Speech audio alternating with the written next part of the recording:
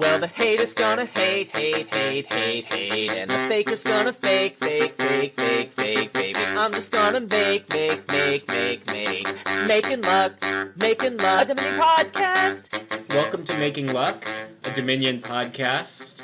I am Jake Schwartz, and with me, as always, is your main of two hosts, Hera. Adam. Yeah, it's me. Wait, am I the main of two hosts? What does that mean? I don't know. Am I the main host? When did I become the main host? I just started talking and stuff came out of my mouth. Of the two hosts, well, you're alphabetically first. So at host 1 of 2, and I am host Jake 2 of 2. And this is Making Luck. It's a Dominion podcast. So, as always, we do want to start off by announcing the winner of our raffle. And this time is a very special raffle. I have some good news and some bad news. So the bad news first. We haven't heard from Johnson Johnstone from 2 raffles ago. And also, the Scorpion showed up at my apartment again. And it's bigger now. Johnston, I'm sure you're fine, but if you want to, let me know where you are and that you're okay. When did he get his name changed? And I would really like to get rid of the Scorpion. So that's the good news, is that the raffle winner this time will get a brand new Scorpion, and it's a little bit bigger than the last Scorpion we gave away. Ooh, it's a better prize. It's the same one, it's a bigger prize. It's a bigger, better Scorpion. This is America. Bigger is always better. Yes, it's going to be huge, whether you want it to be or not. So, I don't know if you heard this earlier in the podcast. This is extremely important for us to bring up right now. You may not have heard this, but the cat just went and took a crap in the litter box, which is 6 feet away, and now it's going to smell like cat crap. If you take a big whiff right now, Jake, just... Oh, I believe you. Oh, you're wafting it over. It's really something. And you know what? I feel like this should be an immersive experience. So I want you guys to experience this with us. I'm immersed. Yeah. Yeah. Me too. I am really feeling it right now. Yeah. Sweet. Yeah. So do you want to talk about That's really terrible. Yeah, it smells great. Do you want to talk about the kingdom from the last time? Yeah? Yeah, definitely. So last time were covering Bandit Fort and Wall as the main 2 cards we were talking about, and we didn't want to put both into the kingdom because that felt kind of like we were forcing something in, but we did want to force one of them in so we could talk about what the negative points did to our play, so we chose Bandit Fort. And so, Adam, you want to read off the kingdom? Yeah, so we have Beggar, Haven, Patrician with Emporium, Raise, Fool, Village, Bard, Theodem, lol, Smithy, Tactician, Scouting Party, and Bandit Fort. Once again, for our audio-only listeners, Beggar, Haven, Patrician with Emporium, Raise, Fool, Village, Bard, Theodem, Smithy, Tactician, and we have Scouting Party and Bandit Fort. The other thing that's very worth noting is that because we have Fool, one of our starting coppers was replaced with Lucky Coin. It's from... Yeah, I know. Lucky Coin is an heirloom from Nocturne, and heirlooms replace one of your starting coppers, and the effect of Lucky Coin, in addition to giving you 1 money, is that you gain a silver! It's amazing! Yay, silver! Yay, with Bandit Fort. That's super great. It's so synergistic with Fatum. Spoilers, we had a few surprises with this kingdom. Fatum was not one of them. We knew Fatum was going to be bad initially. Yeah. It's bad. Still bad. Yeah, you at best break even on Fatum, and that's if you get all of them. It's real bad. Yeah. Real bad. Yeah. You don't want to get Fatum here. So Adam, what did you say you were going to open with? So yeah, I was... I'm thinking Bard Raise.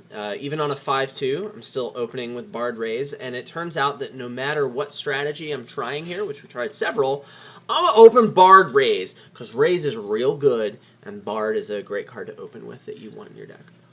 It is, and one of the main reasons Bard was so good to open with was, of course, because of Bandit Fort. It's one of the only sources of money that doesn't punish your score.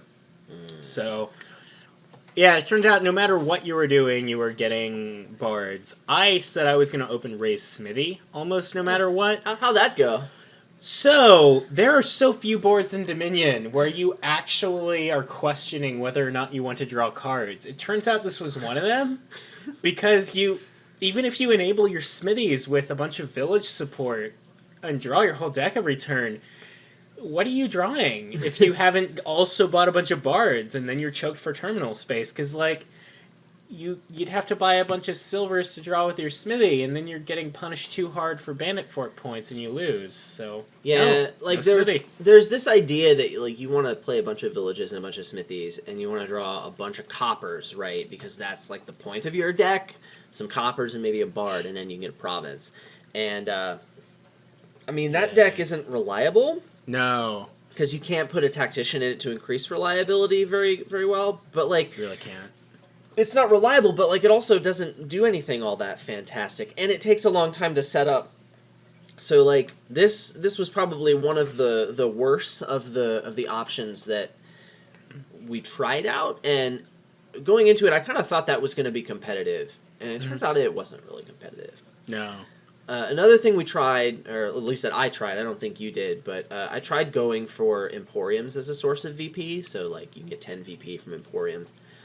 The problem with that one is you have to chew through 5 patricians, which are okay, but you know your opponent's not going to help you get them. No, not if he sees that you're doing that, especially. And then you have to spend 5 turns getting Emporium, and then like your opponent is busy getting 5 or 6 provinces, and then there's really, I mean, you have a great deck at that point, but it just takes you so long because you have to be able to like get Emporium and Patrician, which requires a couple other cards in your deck, and then like you don't have any points and you're way behind, and it turns out you can do better than that because there is enough support to do something better.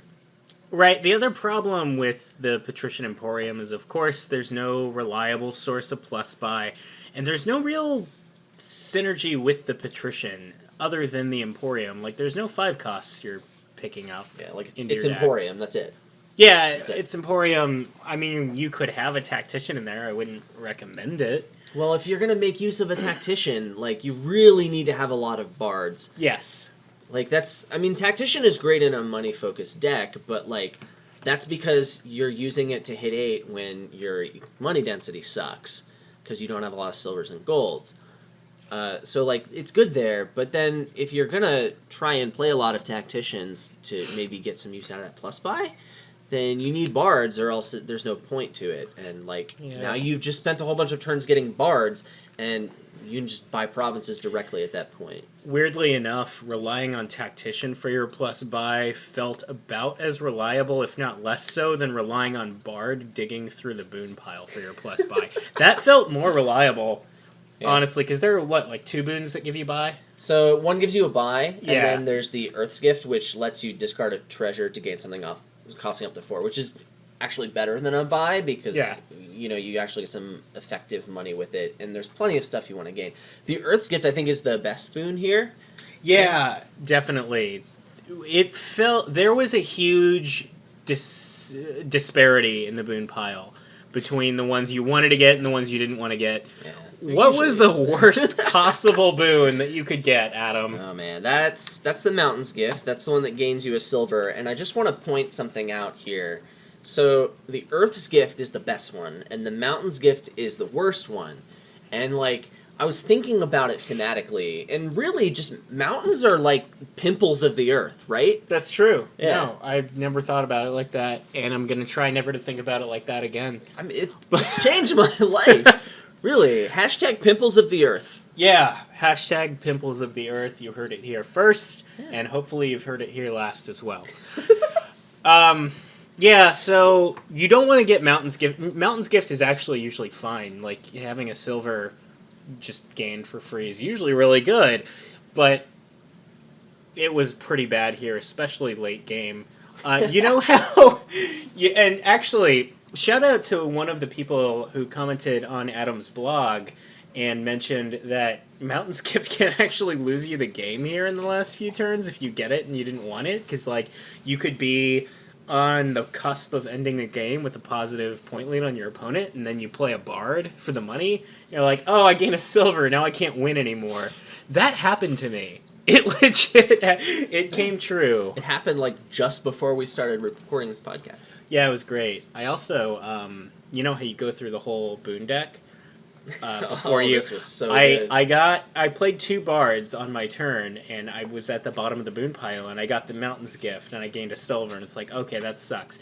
Played my next bard, the top boon was the Mountains Gift again. I gained another silver, so...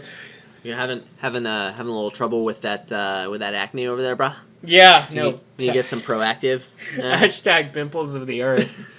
Which is why Raise is such a good card, which is kind of also why Patrician's bad, because your opponent's definitely not going to take Patrician over Raise. Yeah. So, like, you want a lot of Raises in almost any deck you build here. Mm-hmm. And, like, Raise is great because a lot of times you can just draw that silver and trash it if you have good control over your deck. Yeah. So, I also got to play several games of this with Wandering Winder. We tried out Big Money. Big Money is actually kind of competitive. You just embrace the minus 12 points you're going to get from silvers and golds. And you play your lucky coin like 2 or 3 times. You discard 3 cards to the Sky's Gift in order to gain a gold, and you're happy about it. Like, that happened. Yeah. Like, you're happy to get the Mountains Gift. And you get 5 provinces. A lot of times that's not enough to win because, you know, you're down 12 points. Yeah, you need like a duchy or 2 for padding. Yeah, so like, it's competitive. It certainly wasn't the best thing. There's also the idea of like a double tactician deck, which is pretty decent. Yeah, I went for that a lot of the time, and it felt pretty decent most of the time. It was the best deck once it got up and running. I think it was.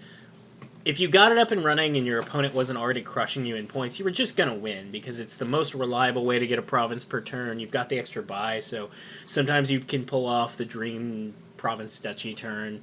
Last turn of the game, you raise your other tacticians, so you've got a lot of flexibility.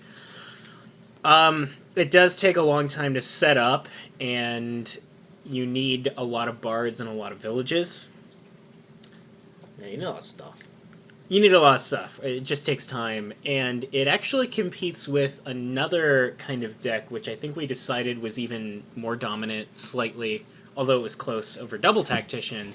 Yeah, it's like the same deck, only like you just only put 1 tactician in it. You just get a bunch of villages and a bunch of bards. You don't get any smithies. You raise a bunch of crap, and then you put in 1 tactician. So like you're getting something decent on your non-tactician turns, and then you play tactician, and you have its amazing turn. Yeah. And you are only getting those amazing endgame turns half as often, but you started getting good turns much, much earlier, so it really evens out. Yeah, I would agree. So, Beggar. We tried that stuff. Beggar is a decent buy, like in the mid game when you want to get a gold, but you don't want to get a gold. Yeah. And you'd rather have like not a gold. So I mean that's Beggar, and that's kind of true on a lot of boards, but like this board is not an exception, and Bandit Fort really helps. Yeah, definitely. And I think that especially if you're building a deck that doesn't really want to play a lot of actions every turn, like you've decided to ignore Bard or whatever, and the Beggar's fine. Like it's probably about as good as you're going to do. Yep. The other thing is Fool. Fool. I bought it pretty much every game we played. I think Adam ignored it every game we played. I got it like in 1 game with Wandering Winder. It seemed kind of meh to me. Like it didn't do great things for me, but it didn't hurt. So Lost in the Woods, the ability to discard a treasure to gain a boon. It's any card. Start your turn. Yeah. Oh, is it only treasures or any card? Yeah, it is any card to get the boon. Yeah. Yeah. So like that's really good if all you have to do is play a Fool and you get to keep it all game. Pretty decent. But yeah, not a whole lot to say about it other than that. Honestly, you usually raise it away, especially if your opponent's not contesting. Even if they are, it's not a huge deal to just let them have it. Agreed. Yeah. So I wanna give a shout out to like everyone who gave feedback. We still got like a buttload of feedback on this one, and it's great. It's likely that if we continue to get this much feedback, we're gonna have a hefty bread portion like this one at the beginning of every podcast sandwich. A French bread portion. you might say. Yeah, like we could go with like a baguette this time. Yeah. Seems pretty good. Yeah. Yeah, I could go for it. Yeah, and so like on your baguette, what would be your favorite type of lunch meat, Jake? There's something I want to point out, actually, Oh. about the meat. Oh. And this is something, actually, one of our listeners pointed out, is that we were being really insensitive thus far. We have made no consideration to our vegan or vegetarian listeners. It's pronounced vegan. To our vegan or vegetarian listeners. So this time, instead of the lunch meat, I want to offer a lovely iceberg salad. Iceberg is my favorite type of lettuce. I just found that out, but I could have guessed. Really? You seem like an iceberg lettuce kind of guy. Wow. Should I be insulted by that? Well, it's a great lettuce. I think it tastes the best. Yeah. I really like it. I don't want to feel like I'm eating lawn clippings when I have a salad. Yeah, I mean, watercress is a little better, but, you know. Well, it's probably better for you, but it's also super expensive, right? And it doesn't quite crunch as much, you know? Yeah, no, that's true. Yeah. I'm an arugula guy, but... See, like, it just gets a little peppery for me. Like, I have an aversion to strong pepper taste. Like, if you balance it out with something, like, give me arugula. Like, yeah. And, like, I prefer just a little wilted, too, because it helps Really? to mellow it down. But the wife really doesn't like cooked vegetables or really any kind of green thing or fruit or anything like that. So, I eat it raw. That's my thing. Yeah. I mean... I'm also weird. I don't use dressing or anything. I just straight up eat lettuce. Yeah, I've been known to do that, but Sweet. I also am an American, and I like gravy on salad, so All right. hook me up with that sweet ranch or blue cheese dressing.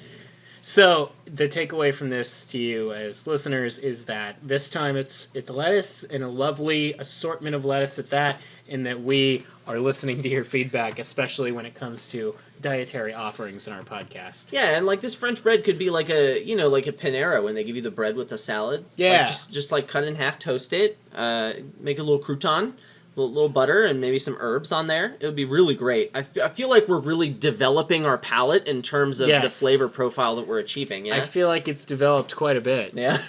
So, all right. And speaking of segues, and I was also thinking like my favorite type of lunch meat. Yeah. Is development lunch meat. Yeah, development lunch meat. It's. Are we done with that? Can we just talk about the card? What card are we talking about, Jake? Develop! And no way! And this is another... The episode idea actually came from a comment, and we got to talking about it, and there's actually quite a bit to explore with this card. It's a pretty good card. I mean, it does a lot of things. Yeah. And so it has the highest potential to, like, do great things, right? But, you know, it's not always super fantastic every time you see it. And so, like, how do you parse that? How do you figure out when it's going to be amazeballs, and how do you support it? I think a lot of people get kind of intimidated by it, too. Because, there should be. No, I'm just kidding. Well, yeah, I mean, they see a card that's a little different every time you play it, compared to a lot of cards in Dominion that you just put in your deck and then watch your deck kind of execute its thing every turn. Develop is one of those cards that you kind of need to think about every time you play it. So that intimidates some people. I don't think it should. Yeah, I mean, it has, like, it's kind of, it fits into the mold of trash for benefit cards, right? You trash a card, and then you get a benefit based on what you trash. And so there's two components to that, and it can fill two separate roles in your deck, right? The trashing is part of deck control, and then the benefit is part of your payload, if you want to look at it that way. Yeah. And so, you know, you can use it for one or the other, but, like, maybe you can use it for both, and it's super amazing, or maybe it's not really fitting into either one very well, and so it's not really good for either one. And so it can be intimidating. You buy the card and you expect great things, and then great things don't happen. And to get great things out of Develop can require a plan. Well, I mean, plan the event, maybe not so much. Well, although that can be pretty good, but like forethought and strategy. Develop is also a trash for benefit card that has the word exactly in it, meaning you can choose not to gain something if you trash something that doesn't qualify. Which means that it has two modes, essentially, that you can play it in. There's a payload mode, where you play it to gain a card, maybe gain 2 cards. And then there's the mode where you just play it to trash a card and gain nothing. Most often Copper, you're going to see that. Curse. Yeah, that's the other one. Ruins, Yeah. etc. Anything else that costs 0? That you don't want? Does Mercenary cost 0 after you're done with it? All right, Mercenary, we did it. I think we got them all. I mean, we didn't, but whatever. No, but you get the idea. There's going to be cards in your deck you don't want anymore. Yes, Develop gets rid of them. When you're using it to just trash cards, it's not super great at it. Like, you spend an action, you don't really get anything for trashing the card. If it's a Copper, you're kind of losing $1 from your hand. It feels kind of bad. So, like, there's a comparison here to Trade Route. I mean, yeah. you spend an action, you trash a card, you don't get any relevant bonuses, because, like, when you're trashing Coppers, who's going to care about that plus buy? I mean, sometimes it's good, but, like, it's not super great. Well, and usually when you're trashing for the sake of trashing, that's pretty early in the game. So Trade Route's not giving you dollars, and Develop, you don't usually have enough good stuff in your deck to trash to gain off of it either. So yeah, it's a pretty apt comparison. Yeah, when you're using it to just trash cards. So then there's like there's the other early game thing, like, well, how does it do with estates? Well, I mean, it's actually pretty good with estates. Right. Like it has some favorable comparisons to even stuff like Remodel, because like it'll turn your estate into a 3 cost, and it even top decks a 3 cost, which is actually really, really good for opening with Develop, right? Definitely. Actually, I think that's like 8 times out of 10 what you'll see Develop used for effectively is that you pick it up and trash all the estates in your deck and turn them into top decked silvers, and then you Develop is dead in your deck. You don't play it again. And on a lot of boards, that's still fine. If all you do is turn all your estates into silvers, it's still probably worth opening Develop. Yeah, like it's a powerful effect in the absence of some other better way to get rid of your estates. Sure. But that's pretty good. With the other way to get rid of your estates, like, yeah, something like Remodel is a little more flexible in what you gain, but it doesn't top deck it, that's fine. The big deal, though, is, Remodel has endgame uses, like you can trash a gold into a province, or you can, gain points with the Remodel. That's a lot harder to do with Develop. Yeah. And that's, Develop's really not good at that kind of thing. So if you're going to use it along with other trashers, I find myself opening with Develop a lot, and then, maybe trashing the Develop later on for some kind of benefit. Or vice versa, depending on what trasher you were using along with Develop. So, I mean, you're not wrong, but, like, opening with the Develop first tends to be really good. Yeah. Because what's it going to compete with? Other things at the $3 price point, right? Yeah, because if it definitely costs $4, you can open with the other thing and Develop if you really want to, although, I mean, But the fact is that, like, Develop can take an estate on turn 3 or turn 4 and top deck a 3 cost with it. So if you were going to get some other 3 costs, you just open Develop, top deck the other 3 costs on turn 3 or turn 4, and you're doing okay. Obviously much better on turn 3, but still turn 4, it's pretty good. Or you draw it with 4 coppers and you're sad, but that's pretty unlikely. You would have been sad with the other card too. Right? Yeah. Most other cards, like Forager, but then I'm opening Develop Forager probably. I mean... Yeah, right. So like the early game opening Develop, it has that strong effect, and then it kind of dies off without some sort of amazing other support. And that amazing other support is where it gets real weird to talk about, yeah? It does, especially when it's the only option. So the other thing that makes Develop actually look pretty good in the mid-game when you compare it to Remodel is that word exactly. Because if you are going to be trashing your coppers with Remodel, you usually have to gain estates, unless you have something cool like Hamlet or Pawn, whereas Develop can get them out of your deck and actually thin your deck that way. Poorhouse says hi. Poorhouse says hi. And Poorhouse makes you sad. Poorhouse makes you very sad, usually. Yeah, so like, the other thing that makes you sad is Shelters, though, which is bad for both of them, but it stinks with Develop. Yeah. Shelters with Develop feels real bad. Yeah, so the thing you want to answer for yourself before you start using Develop to actually thin your deck, if that's your only option, is if that's your only option to thin your deck, is it even worth it? Wow, that's a great question. We should do a podcast episode about that. That's true. How about next episode? We doing anything important? That's no. Yeah, let's do that. Yeah, let's Sweet. do When to Trash. Or when not to trash. Oh, that's even better. Nice. Nice. Yeah, what a great idea. We just fist bumped. I don't know if you heard it. Let's on the fist microphone. bump right next to the mic really hard. Ready? Ow! God, that hurt. Ah! Okay, we made our point though. If they didn't hear that, I'm gonna be a little salty. I'm not gonna lie.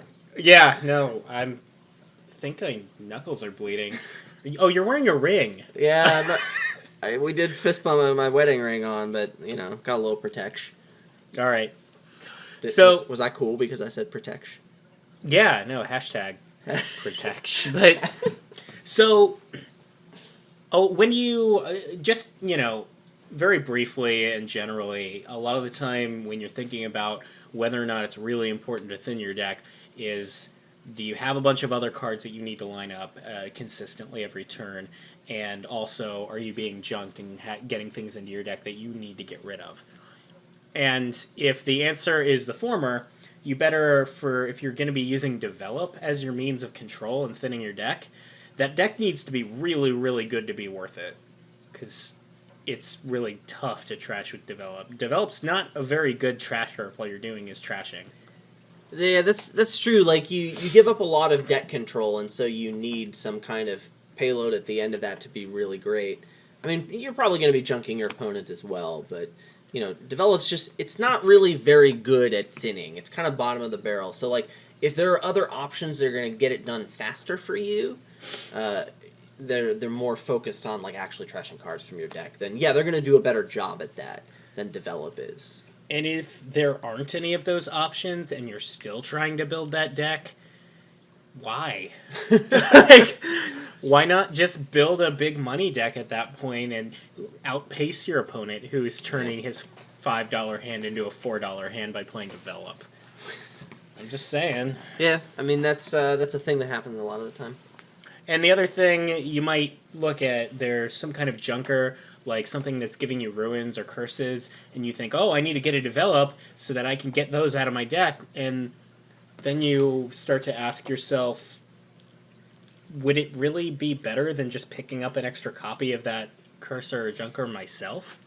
Like, your opponent's playing Sea Hag on you, a better defense to Sea Hag than Develop would just be buying a Sea Hag, wouldn't you say? Well, I mean, I'm probably doing both of them, but yeah, you have to get real down low on the Trasheroony spectrum there before you think about ignoring Sea Hag, and Develop does that. No, I mean, like, but it's illustrative of the fact that, like, it's hard to say much about Develop as a trasher, because, no, it's not very good for controlling your deck. It's true. So, I was hoping to get, like, a little abstract, get a little weird with you here. All right. And talk about Develop. You don't mind, right? No, let's go for it. Do you mind if I take my shirt off?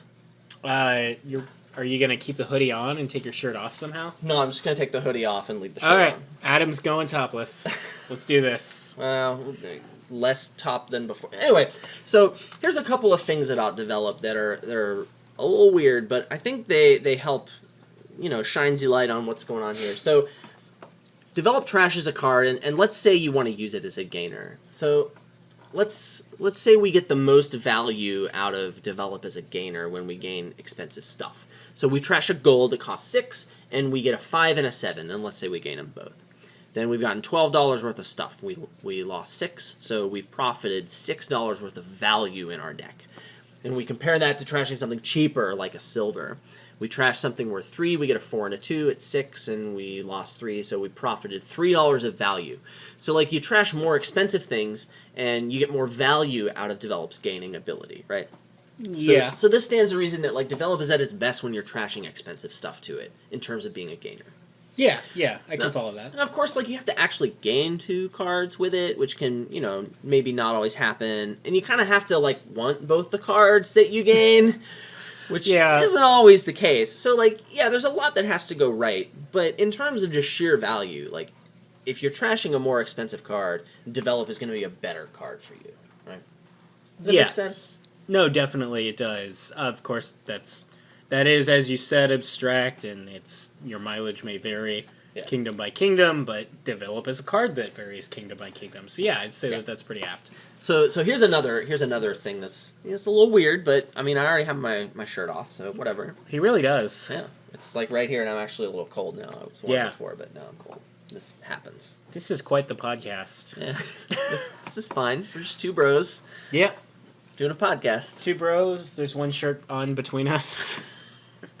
So develop top decks the cards that it gains, right? And that's significant. It's usually a good thing, but what it really means is like develop is really good at gaining action cards because that's the best kind of thing that you want to top deck. That's the thing you want to see right away because they're usually like the best cards in the Almost abstract. always, yeah. And then like it's a little less good at gaining treasure cards, but hey, I mean having treasures on the top of your deck is usually pretty decent, and it's kind of bad at gaining victory cards because who wants that, right? So, like, the fact that it top decks the cards is kind of a barometer for, like, how good is it to gain certain types of cards with develop. So if I want to develop be really good, I'm looking for action cards to gain. And if I'm thinking about, like, oh, the payload of this deck is I have a 7-cost card, and I'm going to develop it into a province. Like, Whoa. yeah, that's an important part of the payload. It's important. You have to do it every time you trash it, too, and your opponents will have no idea why. Well, unless they listen to the yeah, just like that. Yeah. He's pretty good with develop. We've been practicing Yeah. a little bit. you can tell. So, but like gaining victory cards at the top of your deck is the payload of what you're doing. Like it feels kind of bad, and like I've tried it before, and it requires a lot of setup. Doesn't feel very good. So. It's usually not as good as just buying the victory cards. Yeah.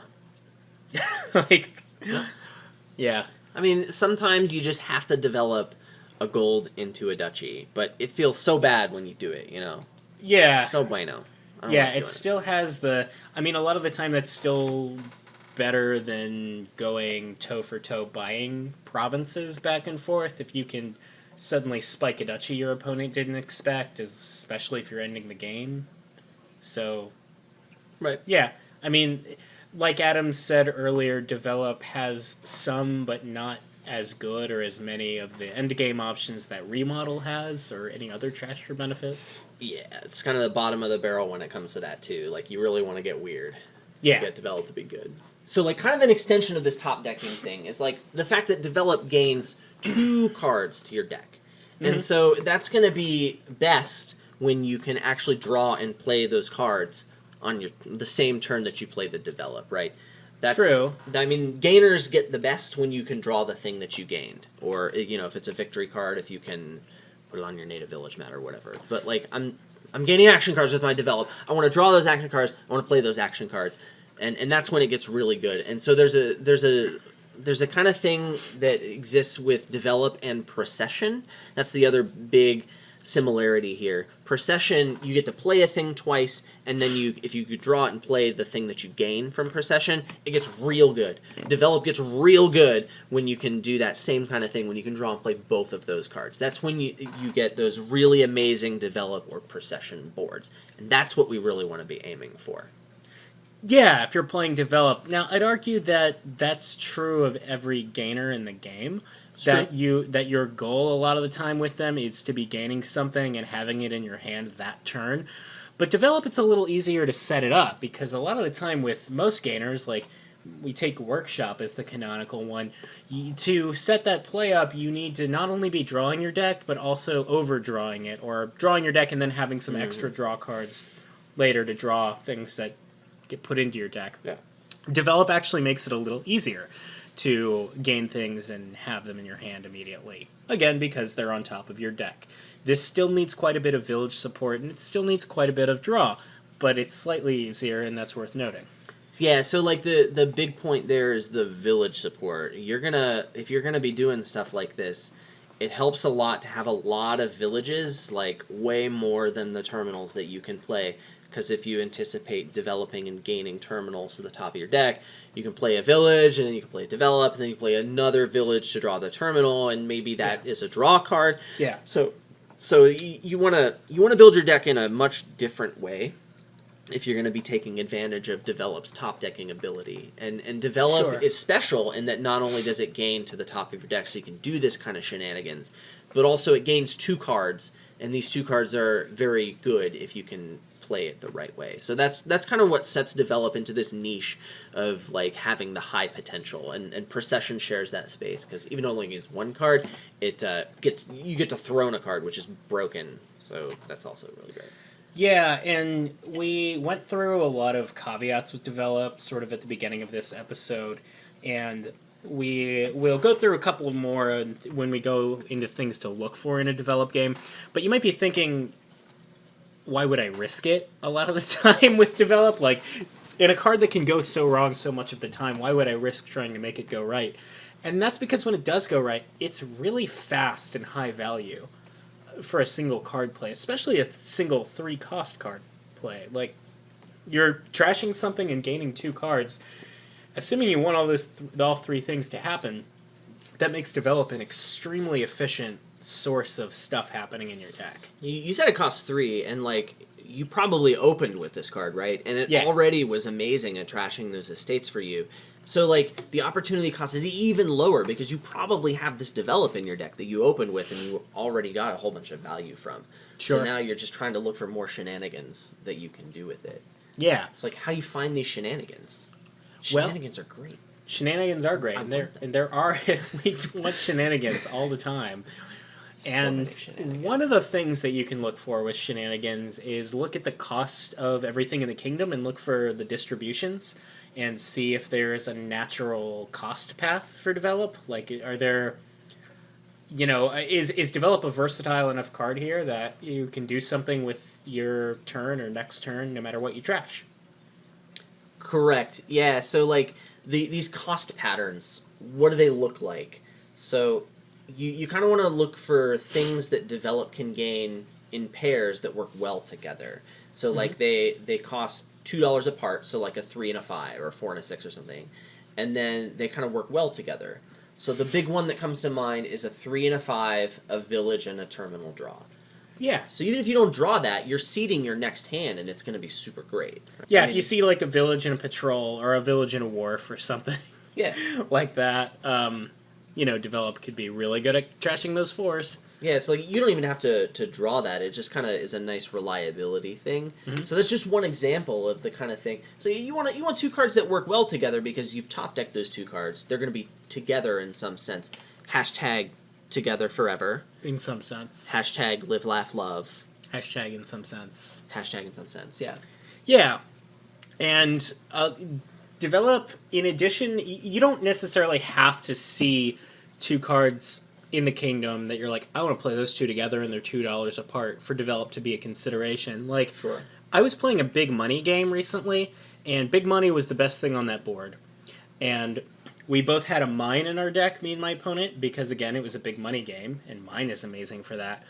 And I tracked my deck to the point that I knew that mine was coming up in the next hand because I was at the bottom of a shuffle. So I played my Develop, and I got to turn something into a throne room, and then I throne room to the mine, and all of a sudden I am way, way ahead of my opponent in terms of money density, which wins big money games. So, you don't necessarily have to have a plan for Develop as soon as you buy it. A lot of the skill of Develop comes from figuring out the best way to play it once it's in your hand. Yeah, you like track your deck, and then you can make good things happen because you have interaction with the top of your deck. Like, correct. That's a big skill with a lot of cards, but like Develop is certainly like it's one that'll make you do something weird on this turn to set up an amazing turn next turn, and it feels great. Like that's when Develop is at its best. I think you said it was a crown. It wasn't even a throne room. So like that $3 card was probably good for you next turn. Like it's probably silver, right? Yeah, it's probably amazeballs. Right. It was it turned into a really good play and not what I had in mind when I bought Develop. Yeah. But it turned out to be the best thing once I had the Develop in my hands. So basically, Develop is not a card that you need to play on autopilot. Like, you kind of just... It's kind of hard to do that, I would bet, yeah. Yeah, and one of the things that will help you skill-wise is to, and this is really for all of Dominion, don't think about tunnel vision in your turns. Don't get tunnel vision about this turn. Think about your next several turns as a whole. Yeah, I'm not even seeing any synergy between develop and tunnel, so like yeah, that's especially relevant. Right, especially because develop and tunnel, they don't even go together. You Yeah. can trash tunnel with develop and gain magpie. That's about it. Yeah. Yeah, there's really nothing else you can do in all No. Dominion. That's the only thing that's any good. And if And it's still magpie's not great. even out. Yeah, like what are you doing with your life? Right. Yeah, that's no good.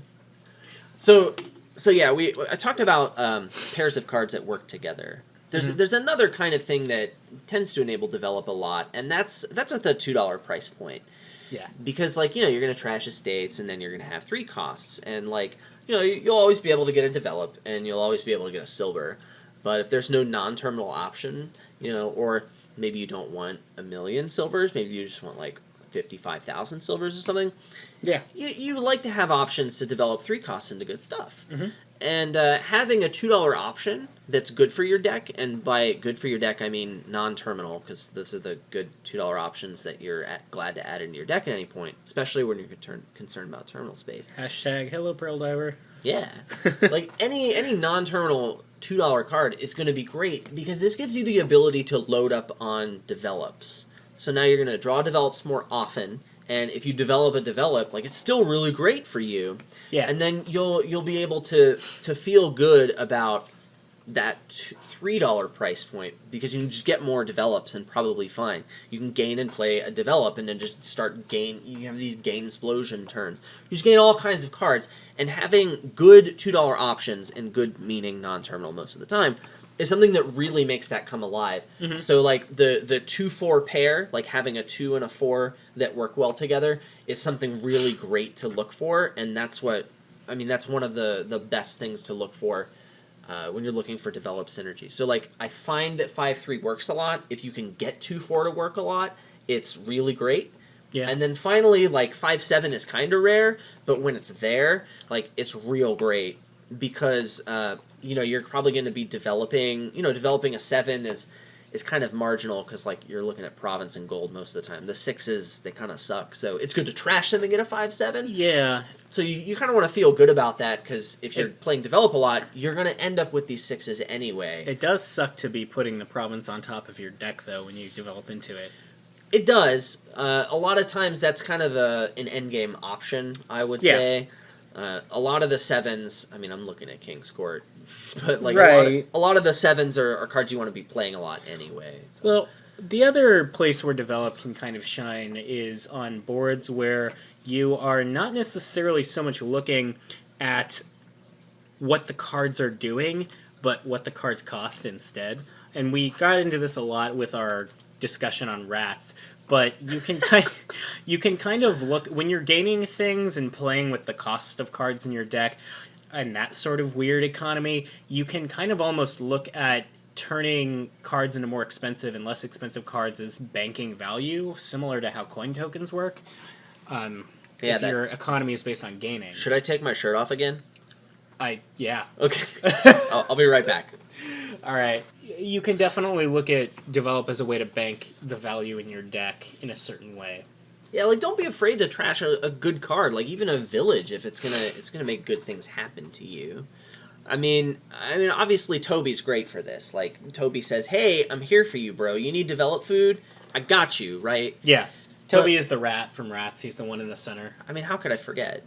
No, but nobody I could, mean, but of course. Who knows? Sorry, I just I'm starting to name like the goat on Pixie. Yeah. His name is Jasper. Did we name the pig and?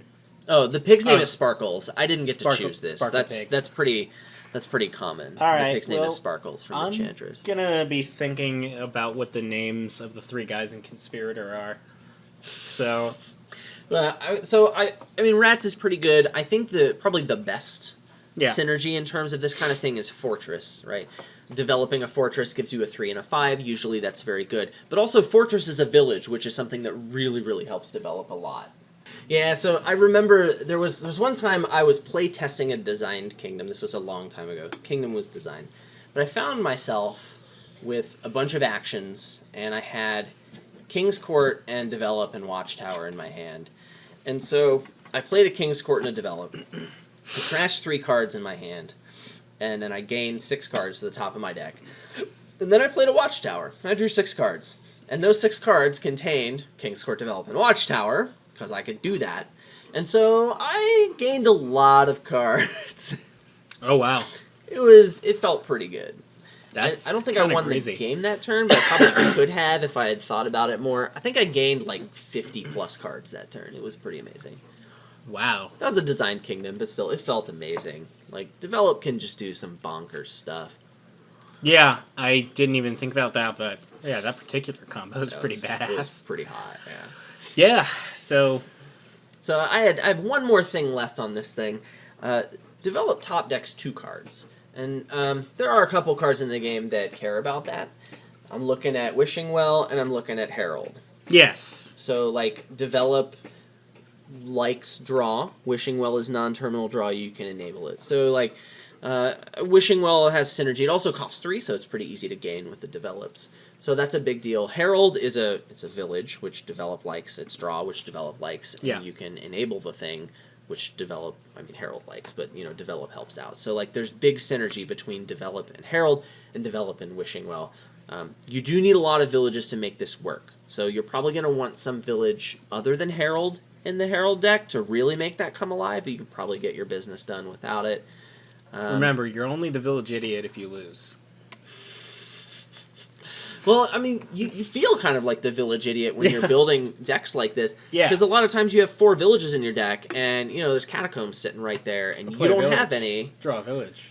Play a village. That sounds great. Draw a village. Then you play a Develop, you top deck a Catacombs, you play a village, draw the Catacombs, and holy crap, your turn is amazing. Also, And Develop. you top deck another Develop, so you can play that and do more amazing things. Sure, and actually developing a Catacombs is really good too, but that was kind of the whole idea Ooh. behind Dark Ages anyway. Ooh, that's pretty hot. I didn't even think about that. Yeah, I mean, that was kind of Dark Ages thing, was cards that you want to trash and the ability to do it, but It's pretty sweet. yeah. So, Well, you got anything else to say about Develop? no, if we want to briefly talk about we've kind of gone into the theory behind how you play Develop and what you're looking for. Do you see Develop being better for a big money deck trying to gain 1 province a turn? Or do you see Develop being better for a deck that's trying to do more than that, to try to have higher payload than 1 province per turn? I mean, that's a tough question. Develop is certainly at its best when it's looking to do things that are better than gaining just 1 province per turn. Mhm. However, that's kind of rare. And so, like, the fact that it does kind of good stuff for big money is going to be a lot more common. Mhm. So, like, there's the baseline use case for Develop trashing estates that's very common. Yeah. I mean, I that's would- what you're going to see most of the time. So Yeah, that's kind of what I lean towards. And just to encourage you, really, don't be afraid of Develop and do buy it. If you do nothing but trash the estates and turn them into silvers, to reiterate again, still worth it. Like, still was It's worth pretty good. buying the Develop. Yeah, it's like a good effect. You want Yeah. it. Pretty good. Yeah, and so, I mean, that's most of what we have to say, I think, about Develop. Yeah. It's usually better, again, in a higher payload deck, and it's really good at gaining cards. So, here, I have a problem, Jake. What's your problem, Adam? So, I just had this salad, and it was delicious. But, like, I've eaten all my croutons, and I still have salad left. What do I do? Well, we could take a bread bowl and put your salad in a bowl of... You just said bread bowl. I'm in. All right, bread bowl. Bread bowl time. We're going to talk about another kingdom that we are going to be playtesting a little bit. It's going to have Develop in it. And we're going to talk about strategies we think would be good on it, what role we think Develop has in it, how we'll open, things like that. Yeah. And then at the beginning of next podcast, we'll talk about how it went. Yeah. So, do you want me to read this off? Or? Do it. All Go. right. So, this kingdom, we have Hamlet, Amulet, Develop, Leprechaun, Village, Conspirator, Moneylender, Port, Vault, and Wharf. We have an event, and we have a landmark. The event is Inheritance. The landmark is Fountain.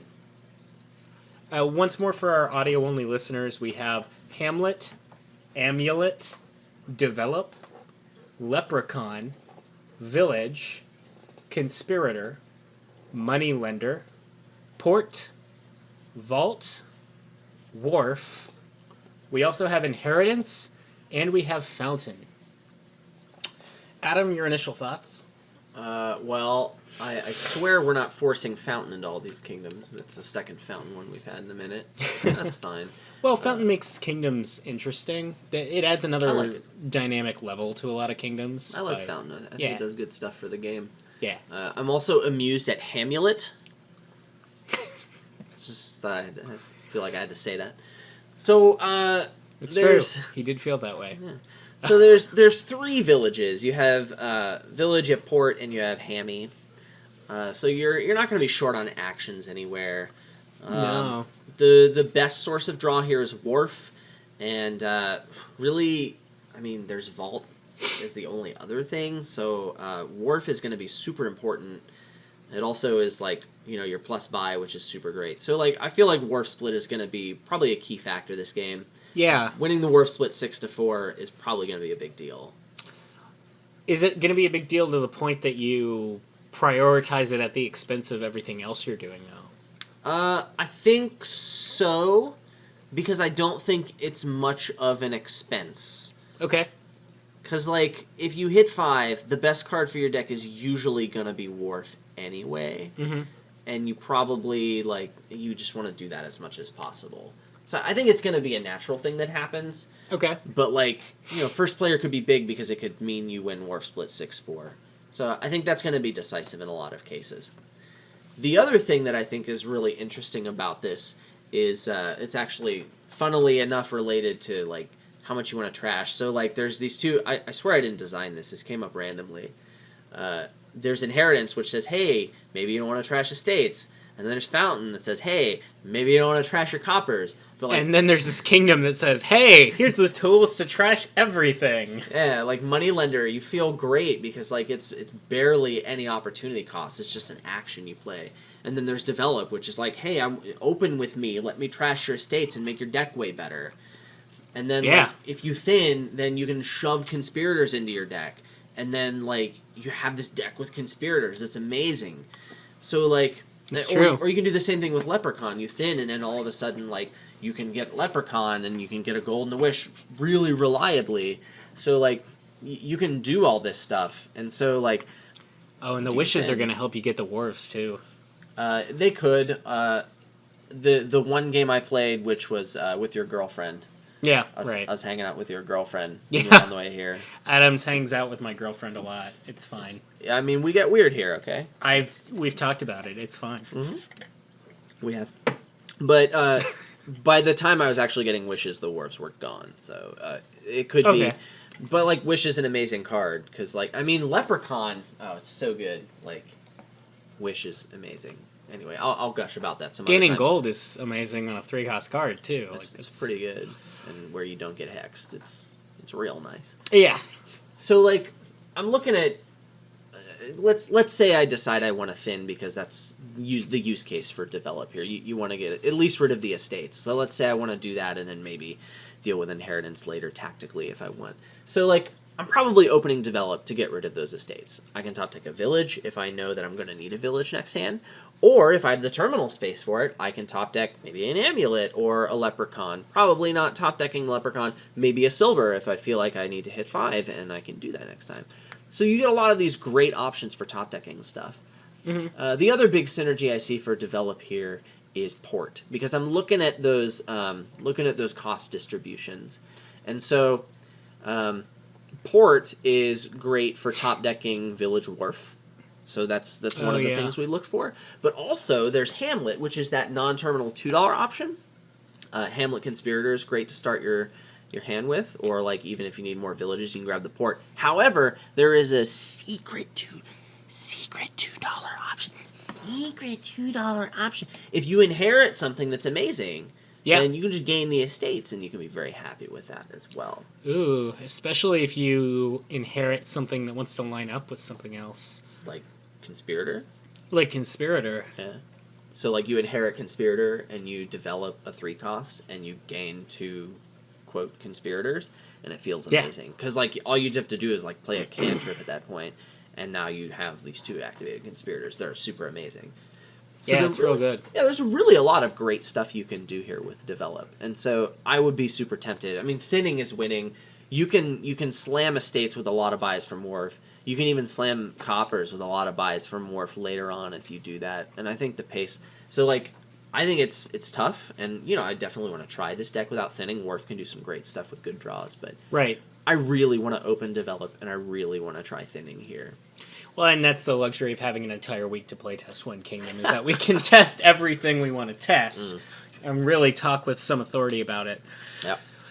Yeah, and this deck, like you said, has a lot going on for it. Port and Develop are amazing because everything Develop wants to do really needs a lot of breathing room in terms of terminal space, and Port is really great for getting quantity of villages. Yeah. And the other cool thing about this board, it doesn't make it a better game of Dominion, but a lot of times it can make it a more fun game of Dominion compared to the last one. Rats isn't on this board, Jake. I don't know what you're talking about. Well, a lot of games of Dominion, you're like the last one we played, you're looking for the least bad thing to do. Like, you're looking at all these things, and you're like, what's the thing I can do that's the least dumb or the least terrible? And that Bandit Fort game, I just felt like a noob. Like, oh, I can't buy silver. That card must be bad. Yeah, I know. Oh, it was terrible. Anyway. It turned us into, like, noob Dominion players It again. felt so bad, but so good. Yeah, because there was, like, nothing great on that board, so in those games are really interesting, too. That's and why I love Bandit Fort. And they're really good for you as a player. Eat your spinach. Yeah. But, but this is one of those games of Dominion where you're not looking for the least bad thing. You're looking for the best thing. They're all good things. You're looking for the most good. What's the fastest thing? And The goodest? The goodest. The most goodest? The most goodest. The best, most is goodest. That is exactly how I was going to put it. Yep. Best, mostest, goodest. So, let us know what you think. How would you play out this board? Yeah, I super want your comments. Oh, I forgot. Port is kind of like a mini fortress here, right? Yeah. It's like you can just gain a whole bunch of them, and then you kind of feel okay about, maybe trashing one to develop it somehow. Yeah, especially because it that. becomes another village, too. Yeah, like you get a port, and there's a bunch of villages in your deck. Yeah, you're not even losing a village because you trash a village, gain a village. Oh yeah, you can gain like a regular village. Yeah. And then you can develop that village and gain a port. It's so good. It's so broken, and then they're all gone. You're like, what was I doing again? There are 3 stacks of villages. If they are all empty, sir, the game is over. That's true. That's true. This board needs tomb. So that I can do that and still points. It needs a 4th village is what it needs. There we go. Yeah, so let us know how you would play it, but also let us know how you would open. And speaking of that, Adam, what would you do on a 3-4? Yeah, defo getting a develop, and I'm probably getting a moneylender and just hoping good things happen to me. If they collide, developing the moneylender isn't the worst thing ever. Get an early game Wharf. It's not super great, but like you're top decking Village Wharf, so like you're not going to be super sad about that. If they don't collide, of course you're happy about it. And if you get your develop before your moneylender, just be careful. Don't go top of the decking another develop because it's going to collide with your stinking moneylender unless you wanted to develop the moneylender at that point. But then why did you open moneylender? So yeah, I like opening develop moneylender here. I want to go the thinning route. Okay, that's fair. I think that personally I'm kind of with you. I think playing around Inheritance too strongly is kind of a trap. I think Inheritance is something maybe you enable tactically later on if you've decided that it's good for your deck. But my interesting dilemma here is whether or not I'm going to want to thin those coppers or go for fountain points, and that's going to guide my opener quite a bit. Yeah. I think I'm not going to open Amulet. It's orange. I would normally open Amulet. I'm just saying, I almost never don't open Amulet. It's fine, but there's a better option here. I think develop is just a better opener than Amulet. Yeah, I think so too. I'm probably opening either Develop or Leprechaun. I'm getting a Develop at some point. Either way. You would open Leprechaun? I would. Gaining Gold's good, man. It's good, but man, it feels so bad to put that Leprechaun on my deck when I know that I'm not gonna. I have no chance of getting the wish when I play it. I mean, that's fine. I'm not really playing it for the wish until later. I was going to open Leprechaun Moneylender and cross my fingers.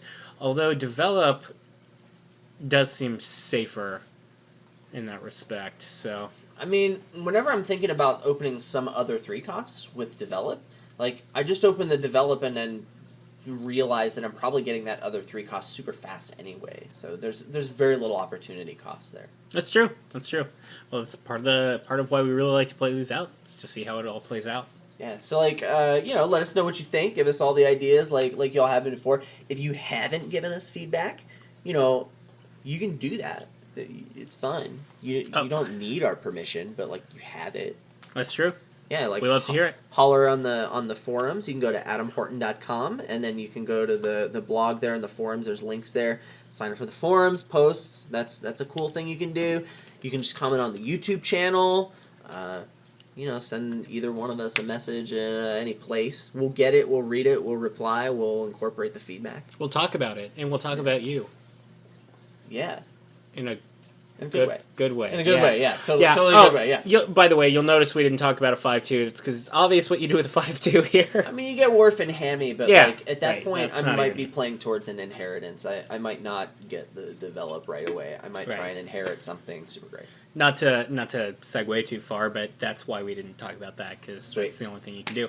Okay, so... Super great. Yeah. Let us know what you think. Yeah. Thanks for listening, and we'll see you next time. Later.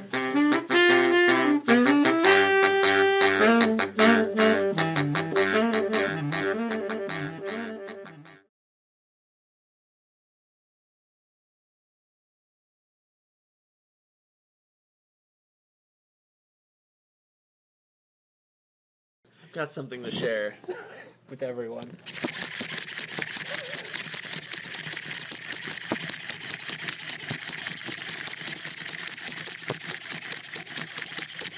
Still going, man. It's still going. Is this going to be the opener? You can do it, little guy. I believe in you. Is he going off the desk? I don't know. He might make it. Come on. Oh, that's too bad. Not quite. Well, you'll... Oh! You just had to lose some resistance. Alright, I think he's... You done yet? Jesus fucking Christ, it's not all about you, little monkey.